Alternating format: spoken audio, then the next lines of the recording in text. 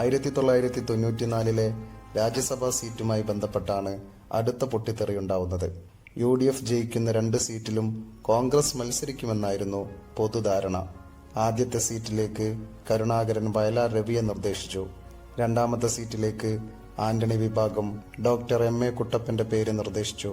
A ഗ്രൂപ്പിന്റെ സ്ഥാനാർത്ഥിയെ അംഗീകരിക്കാൻ തയ്യാറാവാതിരുന്ന കരുണാകരൻ മുന്നണിയിലെ മുസ്ലിം ലീഗിനെ കൊണ്ട് ആ സീറ്റിന് അവകാശവാദം ഉന്നയിപ്പിച്ചു. അതോടെ മുസ്ലിം ലീഗിന് സീറ്റ് നൽകേണ്ടി വന്നു. വയലാർ രവിയും സമദാനിയും സ്ഥാനാർത്ഥികളായി. ഇതോടെ മന്ത്രിസഭയിൽ നിന്ന് ഉമ്മൻചാണ്ടി രാജിവെച്ച് കരുണാകരനെതിരെ തുറന്ന യുദ്ധം പ്രഖ്യാപിച്ചു. AK ആന്റണിയുടെ പ്രവർത്തന മണ്ഡലം ഡൽഹിയിലായതോടെ എ ഗ്രൂപ്പിന്റെ പൂർണ്ണ നിയന്ത്രണം ഉമ്മൻചാണ്ടിയുടെ കയ്യിലായിരുന്നു.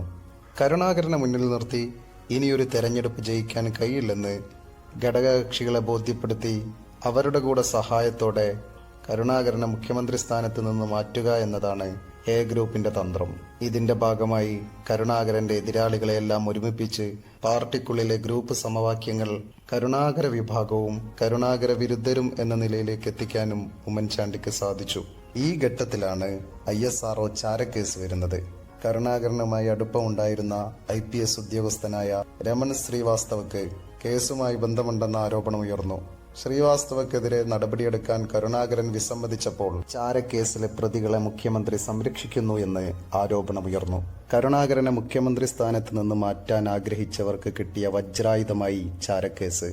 മുന്നണിയിലെ ബഹുഭൂരിപക്ഷം ഘടകകക്ഷികളും കോൺഗ്രസിലെ ഭൂരിപക്ഷം MLA-മാരും കരുണാകരനെ മുഖ്യമന്ത്രി സ്ഥാനത്ത് നിന്ന് മാറ്റണമെന്നാവശ്യപ്പെട്ടപ്പോൾ പ്രധാനമന്ത്രി നരസിംഹറാവുവിന് മുഖ്യമന്ത്രിയോട് രാജിവെക്കാൻ ആവശ്യപ്പെടേണ്ടി വന്നു.